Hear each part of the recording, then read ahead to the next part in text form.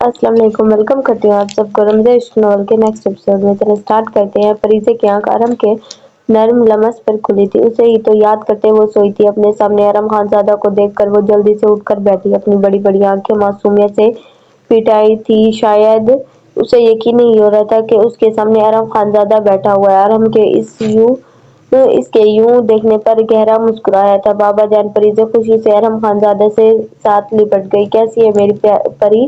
ارم نے فریزے کو اپنی گود میں بٹھاتے ہوئے اس کے گال کو چوما۔ بابا جان میں آپ سے میں انگری ہوں۔ فریزے نے منہ پھیلایا، اس کے اس طرح منہ پھیلانے پر ارم کے انابی لبوں پر مبہم سی مسکراہٹ دوڑی تھی۔ سرخ اور سفید رنگت براؤن بال، پھولے پھولے گال اور گال پر پڑنے والا چھوٹا سا ڈمپل۔ فریزے نے تمام ناک نقشہ پری گل کا چڑھایا تھا مگر ڈمپل ارم خانزادہ سے لیا تھا۔ ایسا ہی چھوٹا سا ڈمپل ارم خانزادہ کے بائیں طرف پڑتا تھا جب کبھی وہ کھل کر گہرا مسکراتا۔ اچھا تو فریزے مجھ سے ناراض ہیں، تو پھر فریزے کو وہ چاکلیٹ بھی نہیں ملے گی جو میں اس کے لیے لایا ہوں، ارم خانزادہ نے فریزے کو دیکھتے ہوئے کہا جو منہ پھلا کر اس کے گود میں ہی بیٹھی تھی۔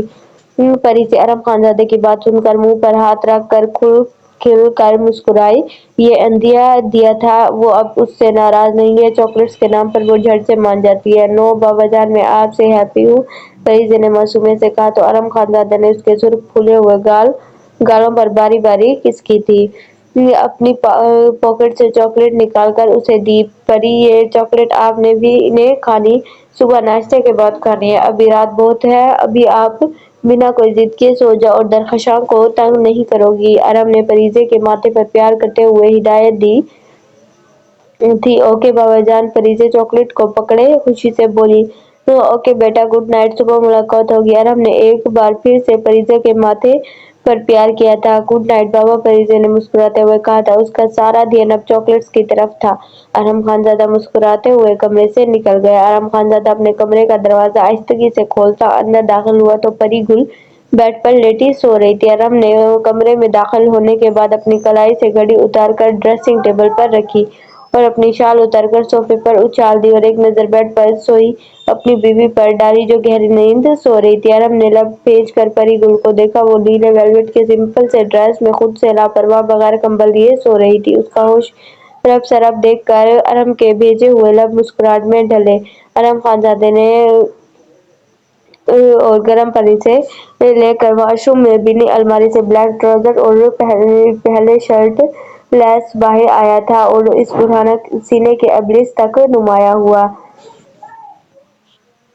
چہرہ کافی مہربان اور سنجیدہ دیکھتا، جو مقابل کو پل میں اس سے مراقبہ کرتا تھا۔ سمیع اللہ خان کے تمام پوتے ایک سے بڑھ کر ایک تھے مگر ارم خانزادہ کی بات ہی الگ تھی۔ شاید اس کی نرم خوب طبیعت کا اثر تھا جو اس شخصیت پر حاوی تھا جو اسے منفرد دکھاتا تھا۔ کمرے میں آتے ہی اس کے کمرے کی تمام لائٹس آن کر دیا۔ ارم خانزادہ کا بڑا سا عالی شان کمرہ پوری طرح روشن تھا۔ ڈریسنگ کے سامنے کھڑے اپنے سینے پر ٹاول رگڑتے اب سے خشک کیا گھنے بالوں سے پانی بھی ابھی ٹپک رہا تھا، اپنے گھنے بال اسی ٹاول سے خشک کرتے ٹاول بیڈ پر اچھال دیا۔ وہ بہت نفاست پسند کرتا تھا، کمرے میں گندگی اسے بالکل بھی پسند نہیں تھی مگر اب وہ یہ سب کچھ صرف پری گل کو ستانے کے لیے کر رہا تھا جو گہری نیند سو رہی تھی۔ یہی بات ارم خانزادہ کو چبھ رہی تھی۔ وہ 5 دن بعد گھر آیا تھا، پری گل اس کا انتظار کرنا چاہیے تھا، وہ تھی کہ سو رہی تھی۔ ارم خانزادہ نے ڈریسنگ کے ڈرا سے ڈرائر نکال کر اپنے گھنے بالوں کو میں چلایا تو پری گل کی آنکھ تیز روشنی اور ڈرائر کی آواز پر کھلی تھی۔ کمرے میں ارم خانزادہ کو دیکھ کر پری گل نے منہ بناتے ہوئے کروٹ لیتے اپنا رخ پلٹا۔ کلائیوں میں پہنی کانچ کی چوڑیوں کی کنگن بھی گونجی تھی، چوڑیوں کی کھنک پر ارم کے لبوں کو مسکراہٹ نے چھوا۔ ارم نے ڈریسنگ مرر میں اسے نروٹھے انداز میں رخ پلٹتے دیکھا تو سرد سانس کھینچ کر رہ گیا، جانتا تھا ہر بار کی طرح اسے اپنی بیوی کو منانا تھا۔ ڈریسنگ مرر سے پری گل کی پتلی کمر کے نشیب فراز نمایاں ہو رہے تھے۔ شادی کے 6 سال بعد وہ بالکل ویسی ہی تھی جیسی آج سے 6 سال پہلے تھی جب ارم خانزادہ نے فرشتے کی شادی پر اسے دیکھا اور پاگل ہو گئے۔ ارم خانزادہ ڈریسنگ مرر سے اس کی پوچھ دیکھتا گہرا مسکرایا اور اپنے لاپرواہ حلیے سے اس کے اندر سوئے جذبات پوری شد و موج سے جاگ چکی تھی۔ ارم ڈرائر بند کرتا پری گل کی طرف بڑھا، اس کے پاس और परी गुल को सीधे करते उसे झुकाया। छोड़ो खानजादा परी की बेजान होती हालत को महसूस करते उसके लबों को आजाद किया। परी गुल ने गहरे सांस लेते भीगी आंखों से अरम खानजादे को देखा। गुल में कब भूला कभी कि तुम मेरी बीवी हो, तुम अच्छी तरह जानती हो, तुम और परी से मेरी कमजोरी हो। बहुत मोहब्बत करता हूँ तुमसे, लेकिन फरिश्ते मेरी बहन है, उसके साथ कोई भी ज्यादती तो बर्दाश्त नहीं। अरम ने परी गुल के माथे पर अपने लब रखे। परी गुल अरम को अपने दोनों हाथों से खुद से दूर ढकेलती उठकर बैठी। क्या फायदा ऐसी कमजोरी का, ऐसी मोहब्बत का, जब तुमने फरिश्ते के साथ हर ज्यादती का बदला मुझसे लेना है। शाहनवाज फरिश्ते का बहुत ख्याल रखता है। बबर्क ने शाहनवाज पर हमला करवाया तो उससे गुस्सा आ गया, इसलिए उसने गुस्से में फरिश्ते को घर से जाने का कह दिया। फरिश्ते भी मुंह उठाकर यहाँ चली आया। सुबह तुमने हमें कितनी बातें सुनाया तो हम क्या करता, मुंह उठाकर घर छोड़ देता। खान, तुम्हें फरिश्ते को भी समझाना चाहिए, या फिर तुम खान लोगों का जोर सिर्फ अपनी बीवी पे चलता है। परिकुल ने गुस्से से कहा तो अरम खानजादा अपने लब भीज गया था। फरिश्ते ऐसी नहीं है, तुम अच्छी तरह जानते हो कितनी साबिर और शाकिर है। तुम शाहनवाज को भी अच्छी तरह जानती हो, उसने सिर्फ फरिश्ते को आराम से घर से निकल कर जाने को नहीं कहा था। आरम खानजादे ने परी गुल की बातों पर काफी तहम्मुल से कहा, वरना परी गुल की बातें उसे काफी इश्ताल दिला चुकी थी। वो जानते बूझते उसके सामने अपने भाइयों के करतूतों पर पर्दा डालती थी। हाँ हाँ खान हम ही बुरा है। शाहनवाज दादी के साथ हाथ जोड़कर फरिश्ते को ले तो गया, अगर तुम चाहता है कि मैं और परी से भी यहाँ से चला जाए तो चला जाएगा। परी गुल तकिए पर औंधे मुंह लेटी जोरों कतर रोने लगी। परी गुल से बहस करने का नतीजा हमेशा यही निकलता है, वो इसकी बातों पर ऐसे ही रोना शुरू कर देती है। जानती है कि अरम खानजादा उसकी आंखों में आंसू बर्दाश्त नहीं कर सकता।